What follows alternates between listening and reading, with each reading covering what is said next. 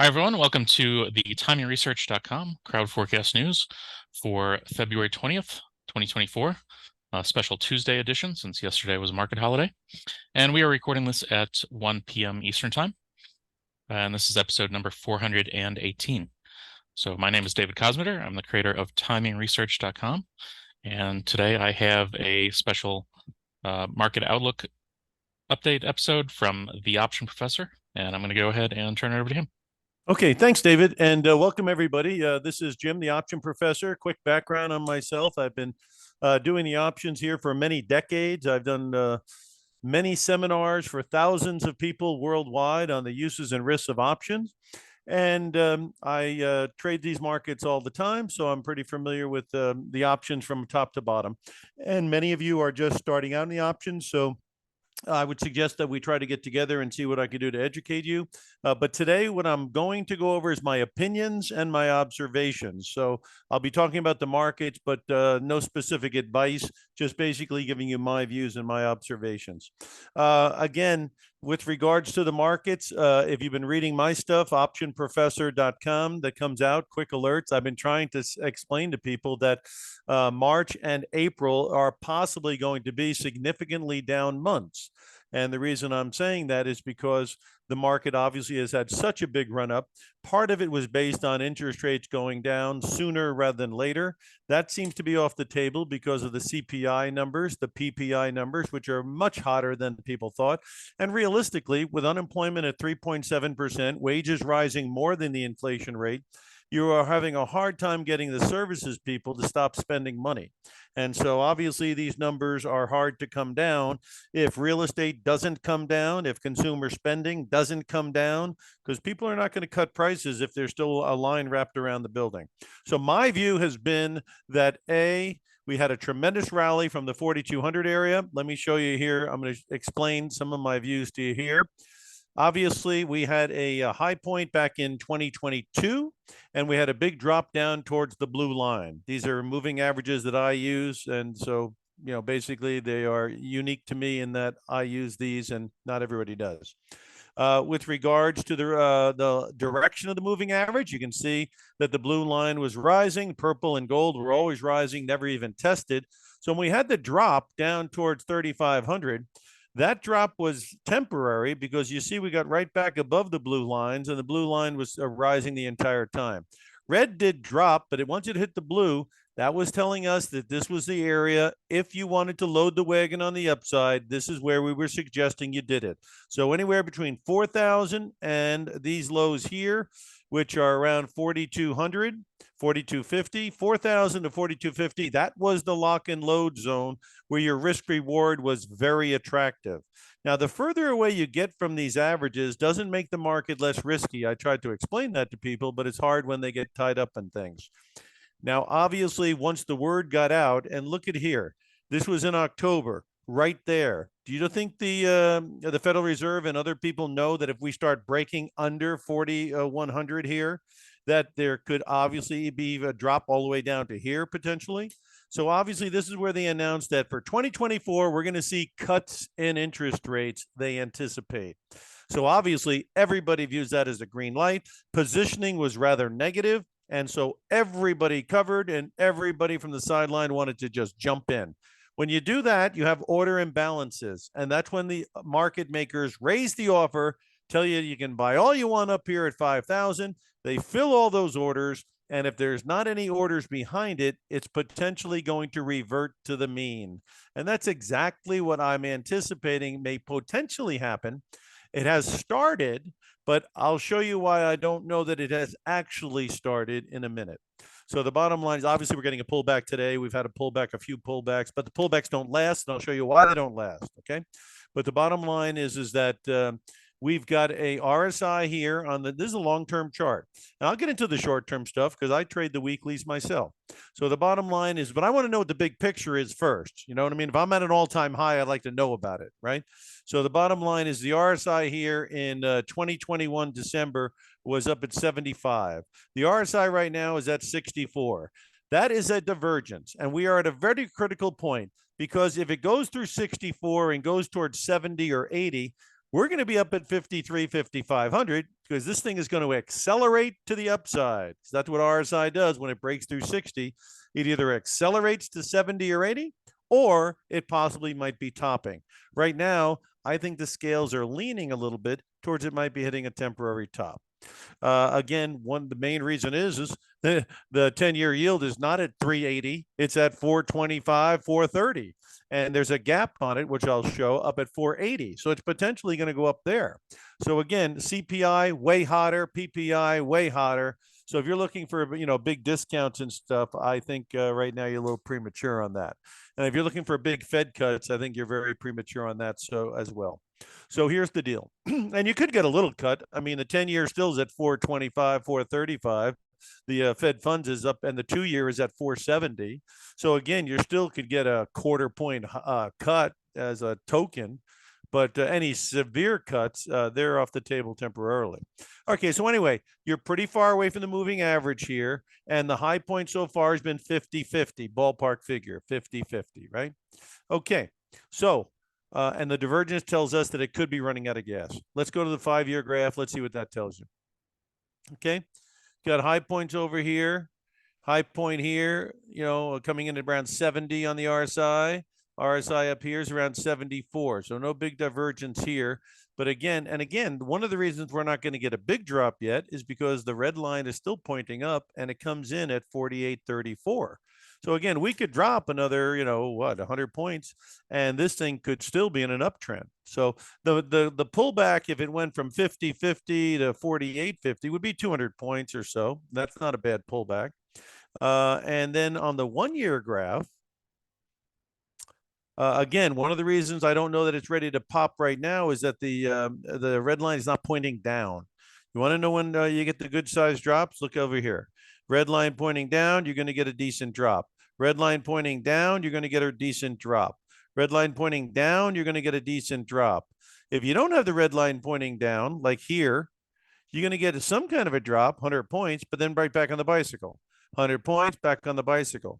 Okay, here you pulled back to the red line. Here you pulled back through it and then right back through it because the red line is rising. So you got NVIDIA's earnings coming out. I don't know if they're going to knock it off the out of the park so far that it's going to give us another rally, but that's possible. And or it could be the end of the story, and then we start going down towards 4,900, 48.75, and the red line start pointing down. Now, again, the RSI also looks a little weak up here because you can see it looks like it's losing altitude. When the RSI is losing altitude, it's kind of telling me that it's running out of gas. Runs out of gas up here, it's going to be a problem, right? So, again, what's in my anticipation, my potential? I think it's that we're going to get a surprise drop in March and April that people aren't ready for. I just came back from Key West and I saw The Big Short again on TV, and those two guys hit me. Those two guys who started with 100 grand out of their garage and built it up to 30 million. Well, they did that by counting on people who don't think bad things will happen, and then they do happen. And the way that what they're talking about there is put options underneath when we're at 50-50 on the S&P. Put options at 4,900 and 4,800 are going to be quite low because people don't think it's going down there. Now, if we get a drop down to 4,700, these options will be exploding. And that's kind of like the way they made their money. They made their money by people who don't think bad things can happen, and they charge very little for a bet that they will happen. And when they do happen, you can get a very big jump. If they don't happen, don't forget, you're only going to lose the premium if you're buying a long option, and the option premium's not very much. So the math can work out pretty good as long as you don't bat zero. And that was interesting to hear how they built up capital because, I've seen it over the years time and time again. Crude oil's at 147. If somebody buys a $100 put for a penny or two, and they go out, a decent amount of time, people might think they're crazy. Next thing you know, crude goes down to 80 and that thing's going for $20. So again, things do happen. Gold went up to 2160. I'm sure if somebody said buy the 2000 put at 2160, they were pretty cheap. Gold drops to 1950. That thing's going to get some action on it. So again, I am, and there's a lot of stocks out there that, could be the same story. I'll get into them in a minute.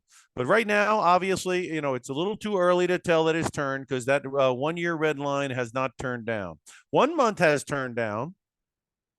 And you can see, but not tremendously down. Now you got a little drop here when it turned down, then it comes back up, and now it's coming back down. Now the red line is definitely pointing down. So right now, as long as we stay under 50.07, and of course you're underneath the blue. But you see, to get it to really drop, red's got to get under blue and get under green, kind of like it did.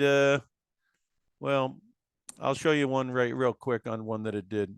ExxonMobil was at an all-time high. This was a good deal on the put side.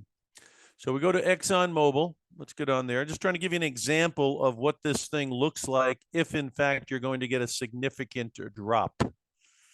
So we go to the 1 year graph on ExxonMobil.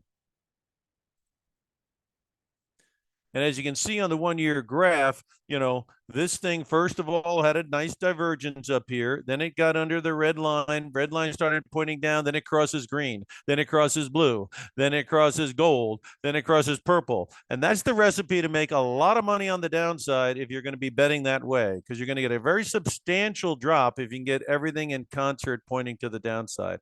We don't have that in the stock market right now. So it's a little early to get the bearish hats out. But believe me, if we don't start taking out 50-50, and if another 2 weeks go by and we get through earnings season, and then they're looking around going, what's the new news now to keep us going?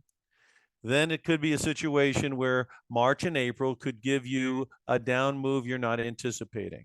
And again, you want to wait for evidence of it, but when evidence shows up, in other words, when we're at 122, let me give you an idea what 122 looked like.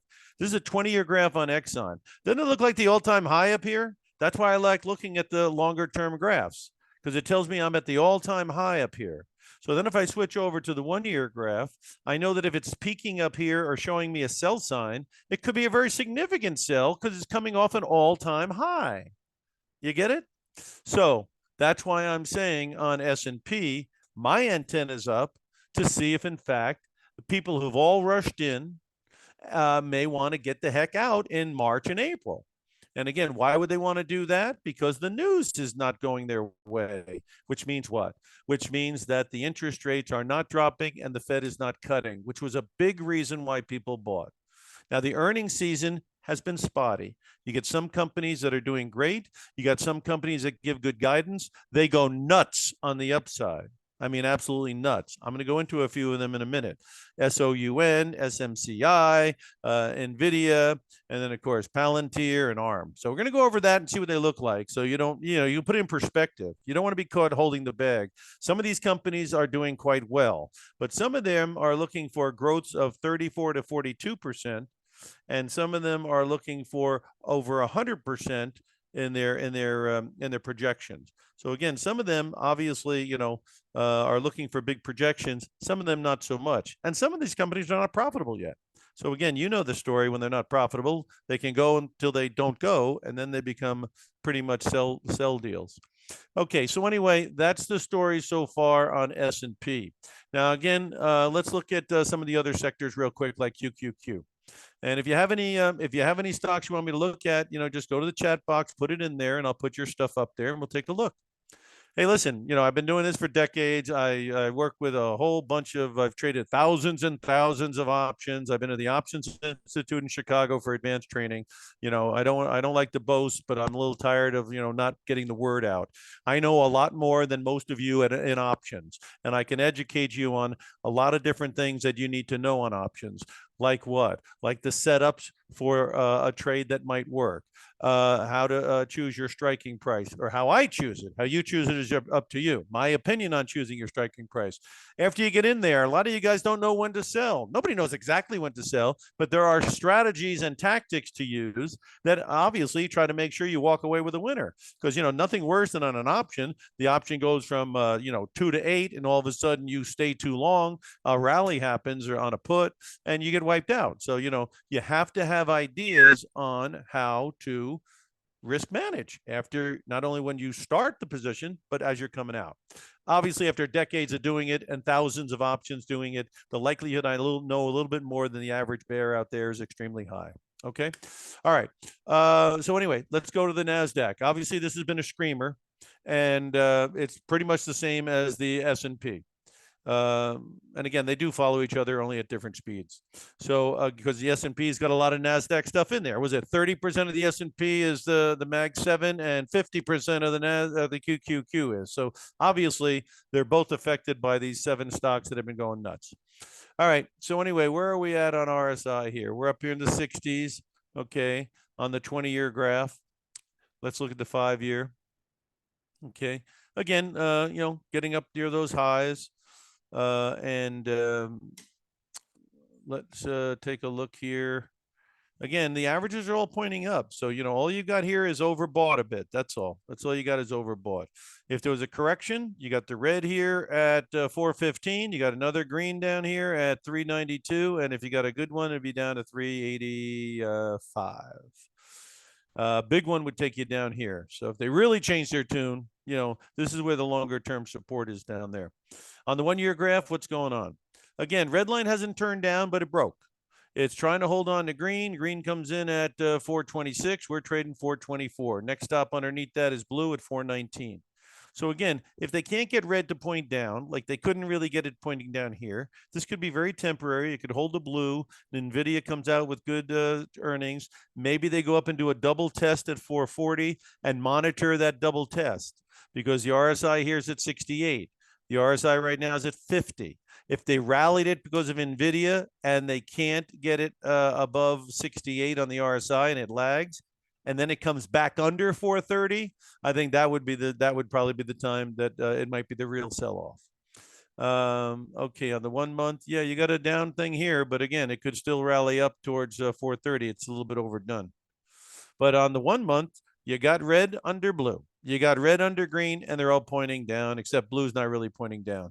But this is a setup where you're going to get a drop, and that's what you're getting. So if you're short-term trading this thing, why would you be selling it? First of all, it filled the gap. You see that? That's all it did. And then once it got under green again, there was a sell. Under blue and red, 432, that's a sell. So you got a nice sell, both of these things. Purple's coming in around 422, which it could bounce off of. Purple's very big line for me. It's one of the last stands. Okay, so there you go. But again, we don't have these other averages turning down. And so that means that you have to be suspect that this is a pullback. It could get some good news, pop again. But the next time it pops, you're going to be monitoring the 440 level, and you're going to be monitoring the RSI. And you're looking at 68 as the top. Okay. And so if it comes back up there, that's what you're monitoring. Because again, if it has a significant correction, there's a lot of real estate underneath. And again, this thing has had a big run. I mean, come on. They announced here that they might have cuts next year. All of a sudden, AI and the adoption is going crazy, and they go nuts. But you got gaps down here, gap, gap, gap, gap, gap. And what do they say about gaps? Gap, gap. Gaps get filled, right? Gaps get filled. When are they going to get filled? My guess, March and April. Okay. So there you go. Now, what about those small caps that everyone is dying to get going? Because again, it's pretty far away from its all-time high. And today it's given up the goose. So the bottom line is I think the all-time high on this baby is, if they don't give me the correct thing, I think it's up at 240, something like that, 240. Oh, let's get rid of this thing. Looks like I got... there you go. Back to my chart. Sorry about that. Okay, on the 5-year graph on Russell. Come on now.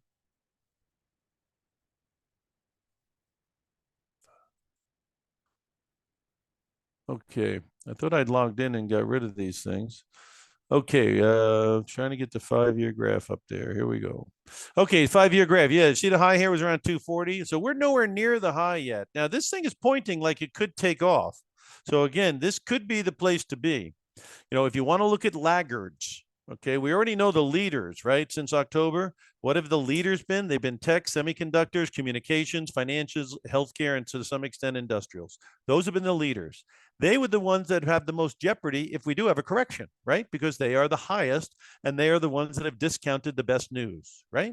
So if there were laggers that people rotated into, this would be one of them. And the red line is pointing up very nicely. So as long as we can stay above the 196 area, it still remains fairly positive. Your RSI at the top here was 64. Your RSI over here is 59. You got a divergence, and that's why we could go into the soup here. A lot of support between 180 and the purple line at 186. So that's really your concrete support. If we started breaking under 180, that would be very, very nasty for the market and certainly for small caps. And again, higher interest rates is no friend of small caps because these guys, some of them are not profitable, if not most, and also interest rates affect them dramatically. Okay, so there you go with the small caps. Looks good, but again, it does have a divergence up here. Let's see what it looks like on the 1 year. Yeah. So again, you have a gap there. Actually, you have an island. That's called an island. That's where you have gaps above and then gap under. So getting back through 200, very important here, because if it leaves 200 and starts breaking under 195, that's going to set up a potential test of 185. So very important this thing slows down here, holds the 195, 196 area, and starts filling that gap that it has. Otherwise, that's a big island, and sometimes that means that's the high for a while. Okay, so be careful there. And like I say, you want that thing if you're long this stuff to hold above 195, 196. Okay, so let's take a look at some of the stocks that have had big moves and see what they look like as far as the technicals are concerned. Okay, I'm going to look at Taiwan Semiconductor because that has a huge gap, and that could has a lot of potential if it wanted to go down very significantly. It's already started. So again, why would it do that? You see this gap down here? That's enormous, right? And then you got a gap there as well. It did fill that gap. Remember I told you gaps get filled, but they just filled the one at 125, right? And we're at 135. If I told you it's going to come back to the red line and fill the gap, you'd probably say I'm crazy, but I'm not so crazy today, right? Okay, so again, that one has some potential to have a more significant drop, but the red line is not pointing down. So again, a little early to look for that big drop. This again could just be a pullback to fill that gap. Again, without the red line pointing down, you don't have the evidence of the big drop. The 1 month graph again did turn over, so you got your nice sell signal up here at 132. It seems like everything's trying to roll over. So getting back above 128, 130 would turn it back up a little bit. So that would be a neighborhood you wouldn't want it to get to if you're bearish. But again, if you're bullish, if you're bearish, you're kind of looking for 116 to get filled, and you're kind of looking for this gap maybe to get filled. And so you're looking for a little bit more of a sell-off. Again, this could be a deal where if NVIDIA comes out with good stuff, they could jump it. And then, of course, if it can't keep going, like look at the RSI up here, 87, and then the next guy over is 79. You got a divergence. Then over here, it really drops a little bit from 80 down to 72. So we've been descending. Rally happens only to 56. Can't get through 60. That means you're not going to get through the acceleration phase. Gets back under the red line. You're back in the soup.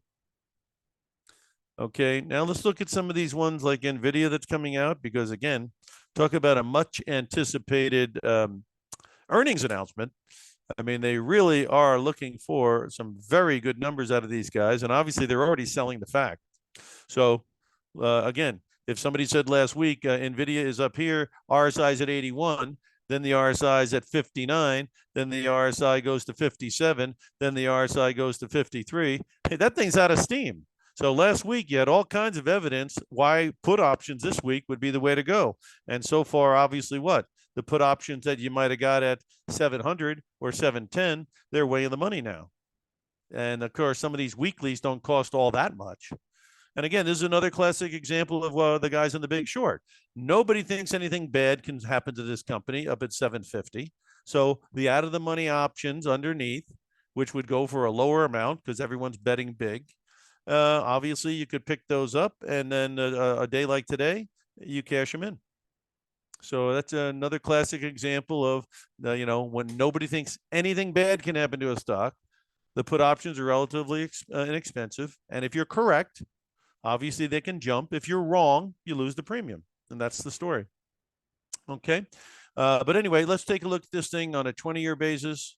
And here's what got me on a 20-year basis. Of course, this isn't going back like I want. So let's go to the 5-year. And if you look at the 5-year, we had RSI here of 77 back in 2021. Then you had RSI of 73. So it's a little bit lower. And then up here, you got RSI of 83. So RSI really popped.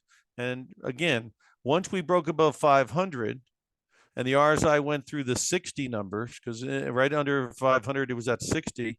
This is the acceleration phase that I was talking about when RSI jumps above 60. It sometimes can accelerate to the upside. And when it does, that's what it looks like. Now, having done that, and you have a high point here of 83, and the next one over says 73, then obviously that's an RSI that's losing some steam. And there is a long way down here to the red line. On the 1-year graph, again, it did break the red line. There's a bit of a gap. So again, what you might want to do here, since the red line is not pointing down, is see what happens on earnings. Up here, you see RSI is 81, RSI is 77. Right now, RSI is at 58. If they rally it to fill this gap, which is right around 725, and the RSI lags underneath 77.81, and then they get it back underneath the red line, which comes in at 706, then that might be the better time where you might see a more significant turn. What could make this report not as good? Maybe they're having some supply issues, and then maybe they have orders, but if they can't fill them, they can't get paid. I don't know. Or maybe people are starting to go with AMD and other sources because they don't want to get locked into one company. I don't know. We're going to find out when they announce. But obviously, it's a company that's been making a lot of money. I think their revenues jumped 103% or something along those lines. And basically, that's obviously a great revenue jump. And they're anticipating another 100% revenue jump. So that's why the stock's going nuts. Now, their expectations and what might happen could be different, so that's a risk. But the point being is there's no reason why it jumped. There is a good reason why it jumped, and that was their revenue jump through the roof. But has the price gone a little bit beyond their revenue jump? That's the question. That's the story on NVIDIA right now, though. And again, on the 1-month graph, getting back above, you see the gap here? Right there, 725 to 720. If they get a good report, I would imagine that will get filled, and then monitor how it does around 750. See if there's more juice past 750. If there is, it's game on. It's game on. And again, a little premature to get real negative on NVIDIA because the red line's not pointing down. Okay, let's go to some of the ones that NVIDIA has been buying into. So they have bought into SOUN. So let's see what SoundHog looks like.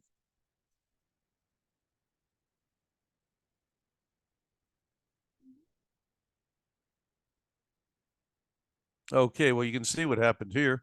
The thing was one of those penny stocky type deals, and it went all the way up to 440. Today's high was 435. It's currently at, what is it at currently? 396. Has a little bit of a blow off feeling to it. You see this gap over here? That's what I'm telling you about. Gaps get filled. When they're down here, you think it would never get filled, right? Never, ever, ever. Then all of a sudden it turns up the red line. This is where you're supposed to be buying. Turns up the green. Again, buy some more. And then you buy at when it crosses blue. Then it crosses purple, and that's your green light. Once it went through gold, you can see that was the gap time. But the bottom line is you had all these dates here of which to do something, which would have been all last week before Valentine's Day. And then it had its pop. But you certainly had warning as the thing peaked up a little bit. Okay. But again, what do you do with it up here? Again, if you want to buy it like an option, meaning you're paying $4, that's what an option goes for. So if you think this company is going to be around for a long time and you want to pay $4 and you don't care if it goes to zero, that's the kind of money you might put into it. An option kind of money where, hey, if it went out of business, I'd lose $4. If I hold it and the thing continues to happen and continues to grow, maybe it has a lot of potential. Okay. Obviously, news changes on the stock, or else it wouldn't have gone from 520 down to 140, back up to, it's all, but right now, with that NVIDIA taking a stake in it, that obviously has it going pretty good. All right. The other one that has been going nuts is ARM. And again, this is another one that NVIDIA, I think we're trying to do a merger with, that got denied. But again, you know, things going like this is the last year. So obviously this thing gave you your buy signal back here in November, and it says to get in there at 60, right? Because everything starts pointing up at 60. Has a pullback, but holds the blue line. Blue line never turns down. Against the blue is where you're continuing to buy if that's your idea. And then, of course, once it got back above here, news hit, boom, it goes to 120. Boom, it pulls back, and then it goes up to here. Now, again, the further it gets away from the red line doesn't make it less risky. In my view, it makes it extremely risky of having a what? Reversion back to the mean.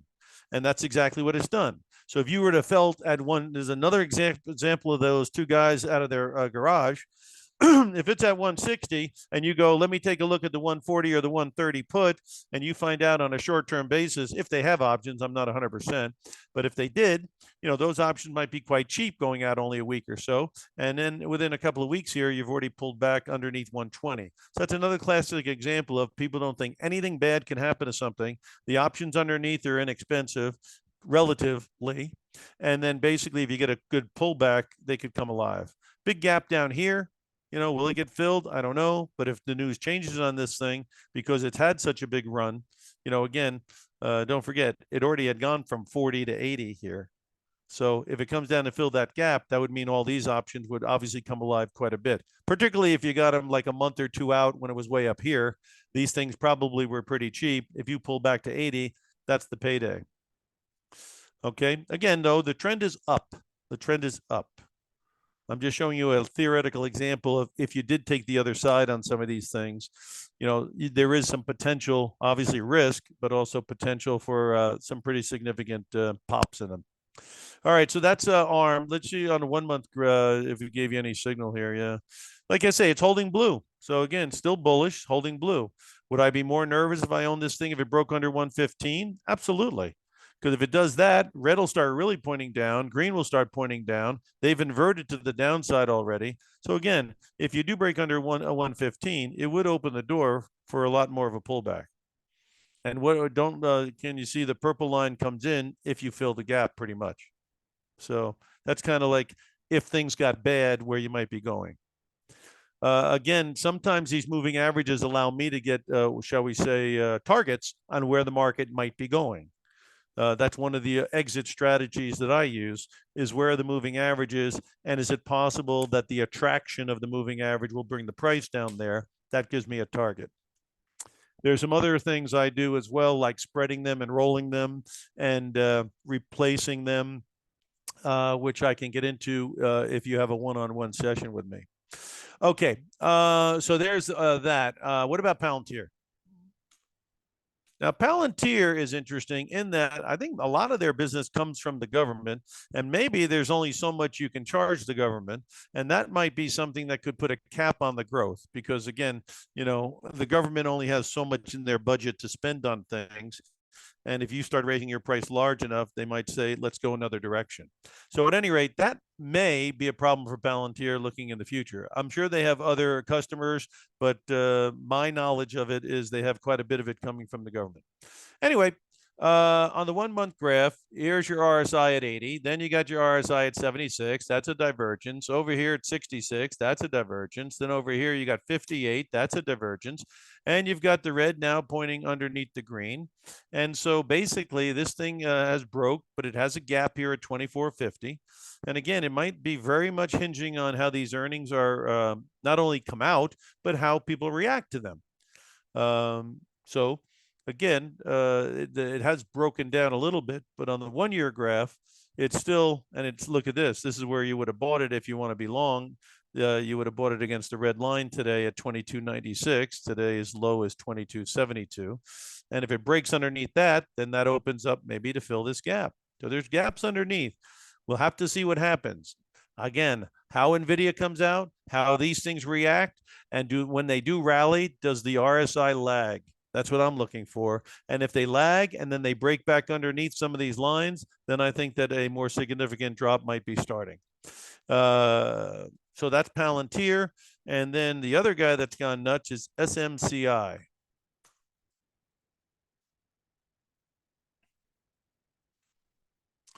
Okay, that's down 73. So again, I try to explain this to people. The further it gets away from the moving average doesn't make it less risky. It makes it more risky of what? Having a reversion to the mean.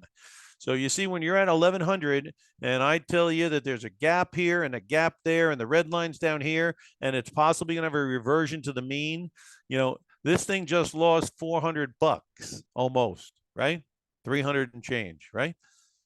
So if what's up here, if somebody tells you it's going to drop 300 bucks, you think they're crazy. Okay. But that's not the way it works. The way it works is that if this thing is up like this, it's obviously a lot of what? Spec buying, short covering, stampede, no sellers, and a market maker who goes, you guys all want this, and I'm the only guy on the sell side. You can have all you want at 1,050.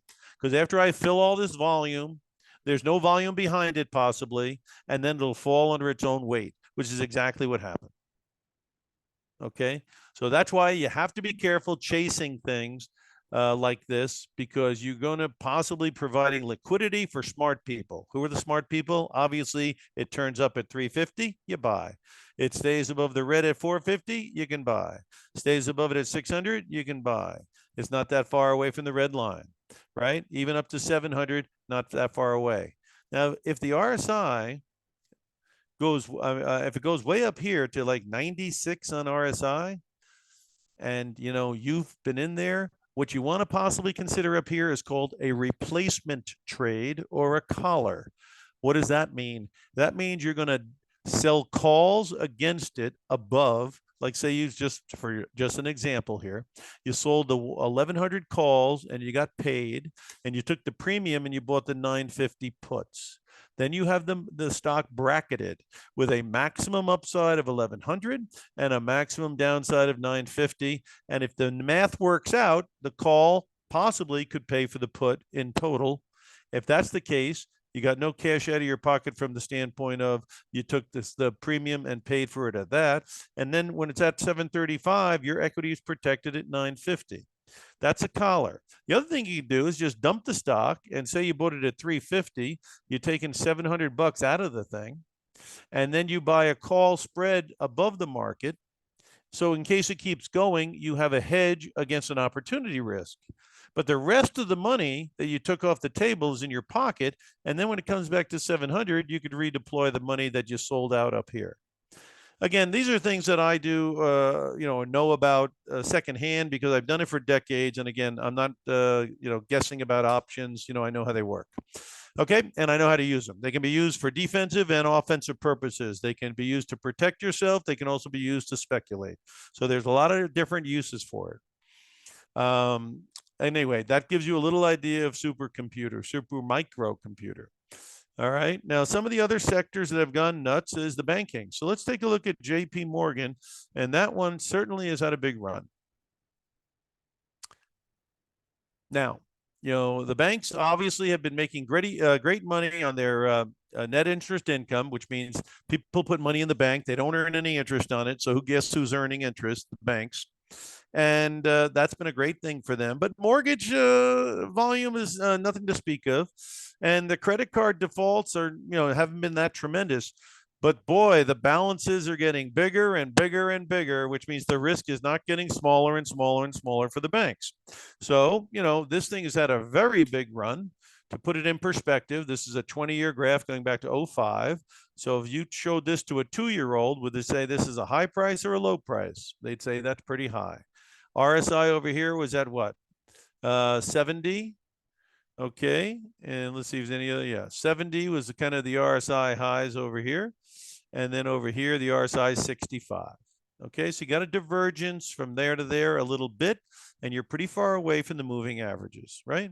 So obviously there is a risk of a reversion to the mean. And what would be your signal that it might be happening?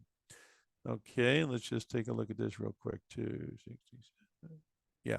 Well, what's your first clue is the red line starts turning down. You see when it started turning down up here? That's a pretty good size drop, huh? We don't have that happening now. That's why this thing is not anywhere near looking like it did over here. Let's look at the 1 year graph.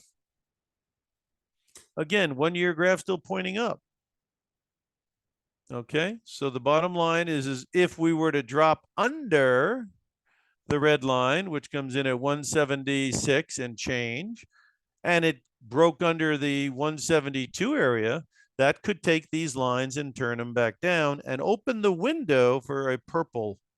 So if things really changed in March and April, these prices could change quite a bit.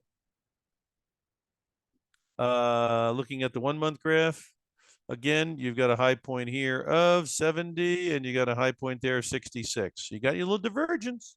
Now you needed to start trading under 179 to open the door for possibly a pullback on the 1 month graph.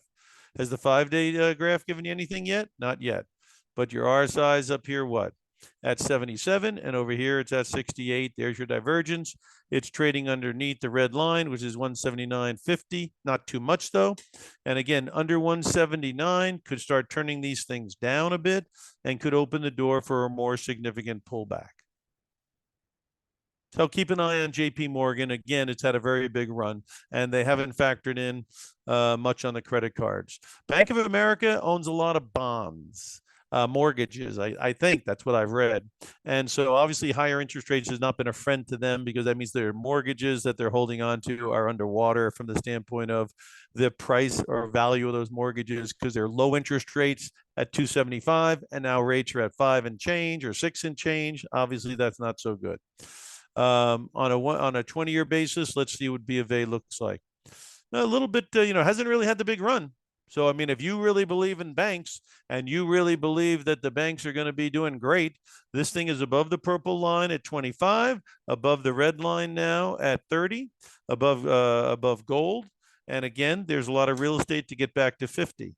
So again, if you are a believer they're going to really slash these rates, if you're a believer that there's not going to be much defaults, then obviously this one may offer more potential on a percentage basis than the Bank of America, if that all transpires.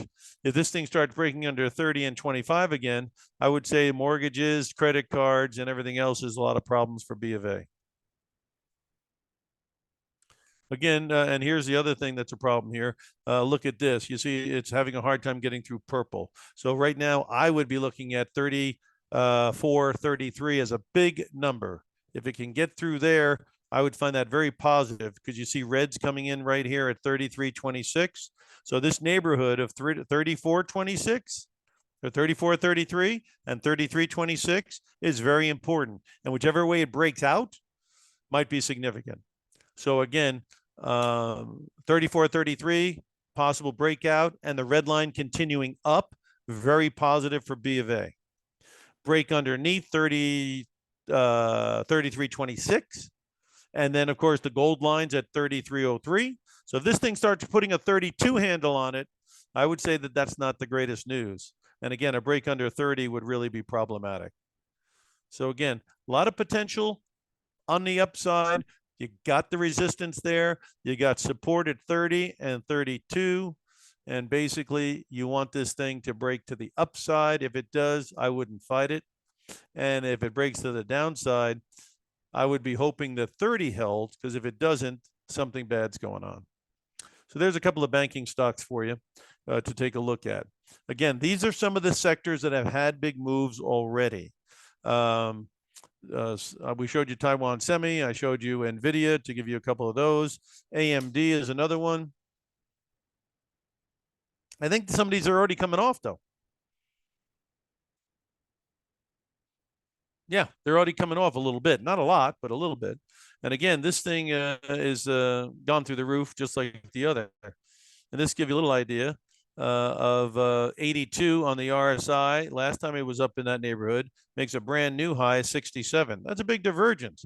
It tells me that it could be totally out of a spec buying and short covering and that kind of thing. And again, that's a long way away from its moving average. So, I again think that this would be a candidate.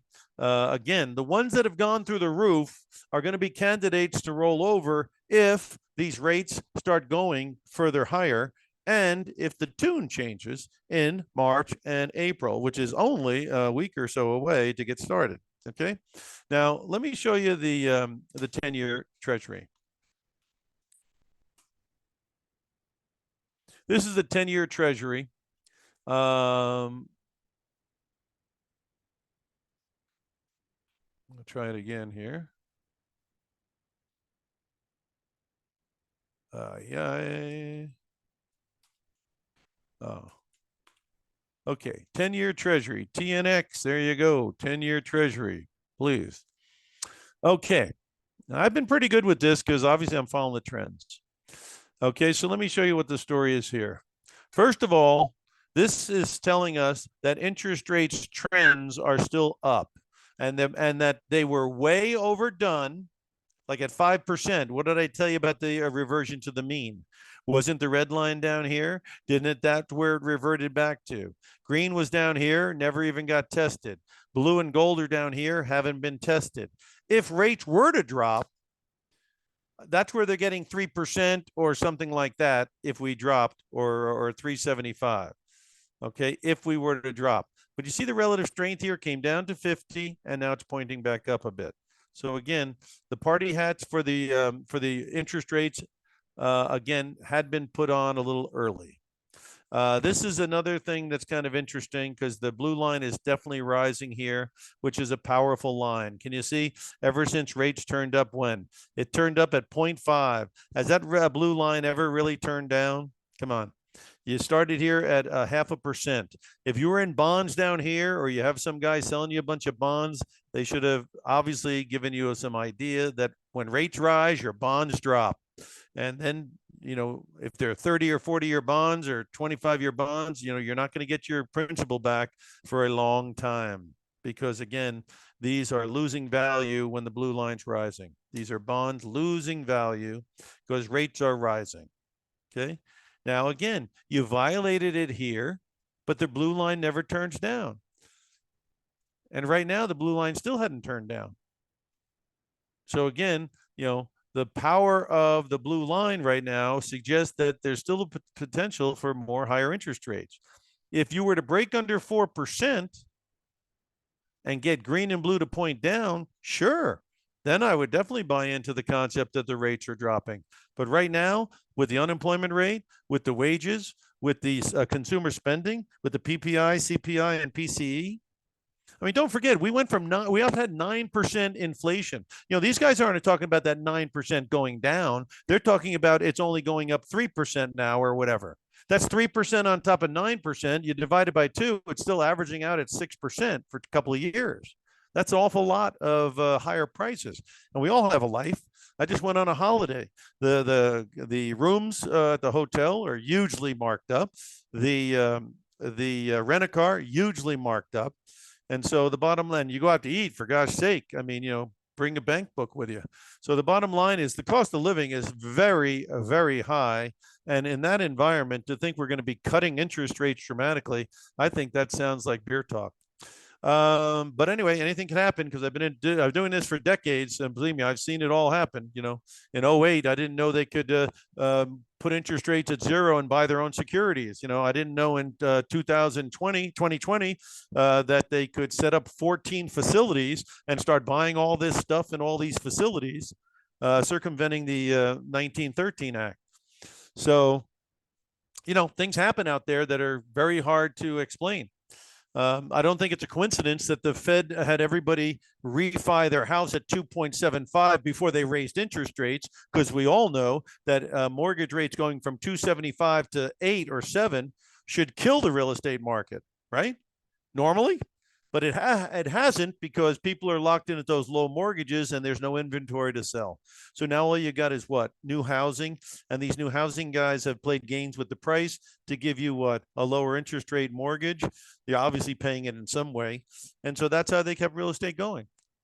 I think the worst thing that could happen in real estate is they normalize the interest rates and everybody starts selling their house again. That I think would be very problematic. That's another reason why I don't think they're excited about rates going too low, because again, real estate going down makes people feel poor. When they feel poor, they don't spend. If they don't spend, 70% of our economy goes into the crapper. Okay, so that's the story that I'm seeing. Anyway, that's where you are on the 10-year. And again, as long as it stays above 4, and if it's and there's a gap on it, let me show you the gap. You see this gap up here between 470 and 480? My guess is if they keep coming up with hot numbers, you're going to go through purple. Now, right now, it's being held up at purple. And I told people 433 is the top of this move on the 10-year until further notice. Okay. So, again, if you do think that it's not going to have higher interest rates, this is a neighborhood where buying bonds could make some sense on a trade anyway, because it's bumping up against the purple line yielding 433. So far, buying against that line, looking for yields to drop a little bit already, has been a good call. But with that gap being so big and these numbers being so big, we start breaking above 433. I think it could start accelerating up towards that number, especially if there's an event that would make it happen. Okay, so that's the story on the 10-year note. And let me show you the other thing here, which is the VIX.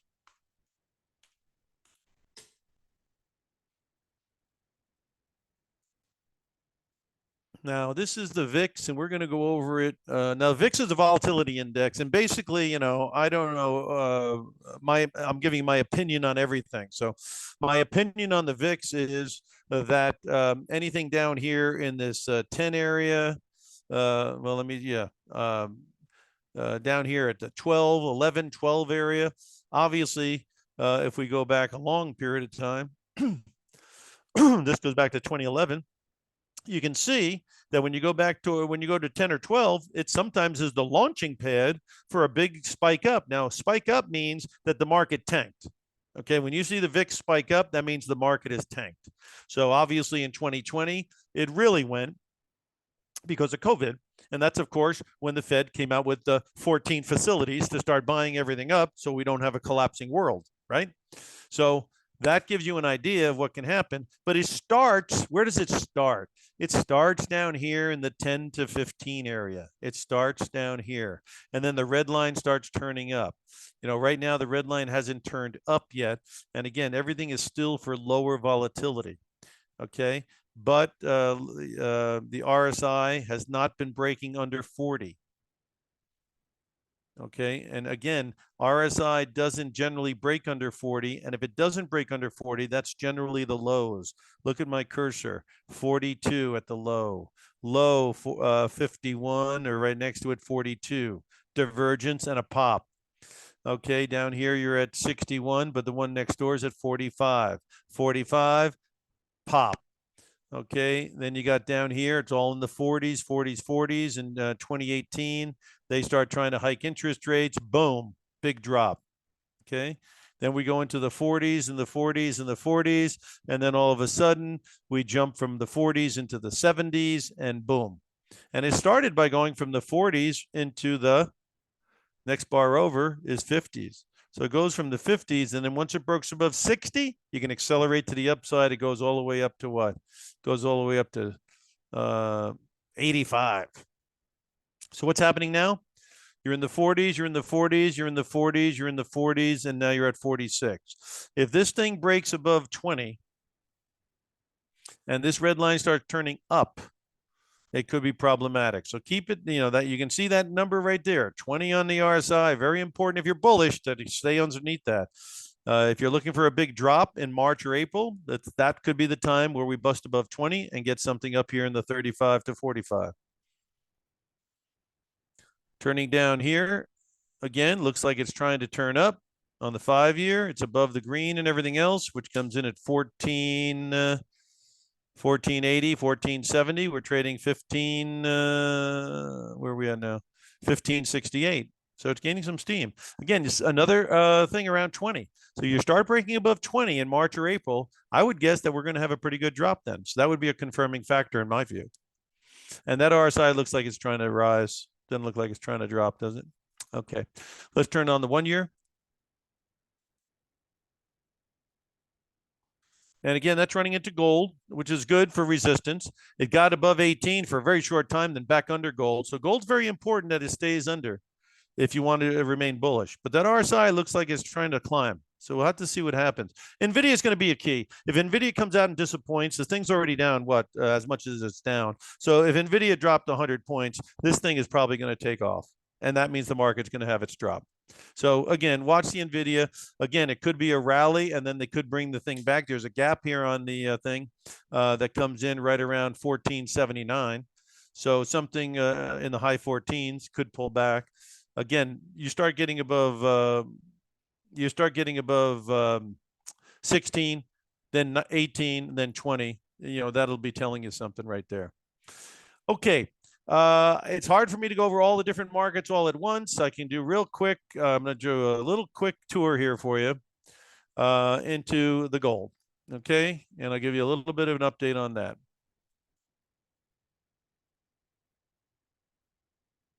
Again, gold's starting to get a bid. Okay, you see how it went under purple here, and now it's above. So as long as it stays above 2020, it's starting to gain some steam. If it starts getting above, what other numbers would be important?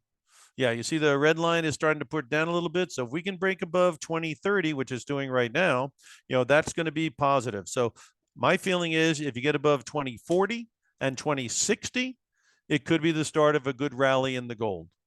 Okay, if you break under 2000 in the green line here, which is 1970, then so it's really in a window, and it has been in a window. The window used to be 2080 and about 1950, and now the window seems to be at around 1970 and about 2060. And when that window breaks, I think it'll be a very significant move. So I would keep an eye on both sides of that window. Right now, it's obviously picking up some steam, and on a 1-month basis, it is also picking up some steam, but it has some problems right here in the gold. Gold comes in around, 2040. So that's where I'm getting 2040, where it is right now. So it starts picking up steam later in the week, you'll be fine. Okay, I got to wrap it up. So I'm going to wrap it up by making sure I remind you that the market leaders have been the tech and the semis. And it has also been in communications, financials, and healthcare, a little bit in industrials. They would have vulnerability if this thing is to roll over in March and in April. So I'm on guard for that.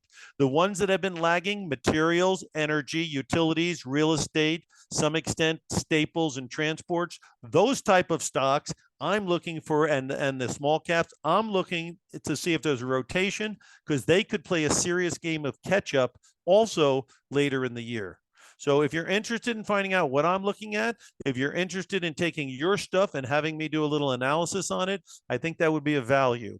Do you really want to learn more about options? Again, I've been to the Options Institute in Chicago for training. I've done, hundreds and hundreds of seminars worldwide, educating thousands of people. I know how the options work. I have my opinions on them, how to trade them, how not to trade them, how to use the short-term options, how to trade the short-term options, because obviously they're very popular. Just look at the volume. And so if you'd like to talk to somebody who has a background in this, who has a background in educating and explaining things to you, I think it'd be a good idea to go to my website, optionprofessor.com, OPTION, professor, PROFESSOR.com. I believe we're embarking on a very exciting period of time here in the next 2 months. So I'm very excited to speak to people, share my views, hear their views, and try to educate them about what their alternatives are, because some people don't know what their choices are, and obviously that's not a positive. So again, optionprofessor.com, you put your information in there, and then I contact you personally. And again, we don't have monthly rates, and we don't charge, thousands of dollars or anything silly like that. Again, I have a link to my indicators, and I spend at least an hour with you online, like I'm speaking to you now, and we go over this stuff, and we get your questions answered. I share my knowledge, and again, it's a very, people who have done it are obviously very happy with it. So if you would like to, find out more about options, learn about it, speak to me directly, optionprofessor.com. And then, of course, I can share my views and insights as well, particularly on, again, the trading aspect, and also pricing of options, etc. So a lot to learn. Stop by the website and let's get acquainted. And again, it costs nothing to find out, so it's kind of silly not to check it out. So go to optionprofessor.com and let's get together. Top of the hour, guys. This is Jim, the Option Professor. I got to check out with you now, but I'm hoping I'll be speaking to many of you after you go to my website. Have a great day. Good luck on your trading. Let's see how NVIDIA comes out. And I'm sure by the end of the week, we'll have a lot more to chat about. I'll be sending out a quick alert, so keep open eyes for that. I'll be sending a quick alert out after the NVIDIA announcement. Great day, everybody. Thanks for being here.